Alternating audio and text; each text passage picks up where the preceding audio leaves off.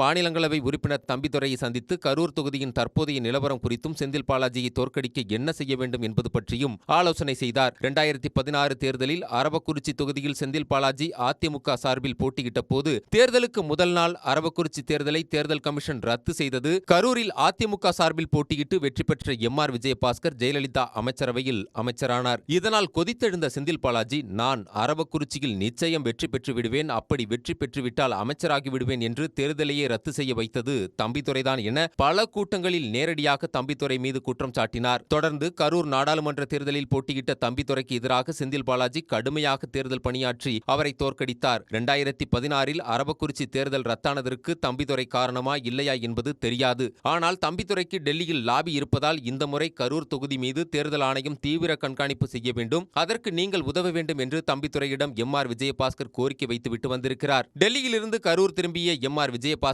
வந்த அடுத்த நாளிலிருந்து தேர்தல் பிரச்சாரத்தை ஆரம்பித்து விட்டார்.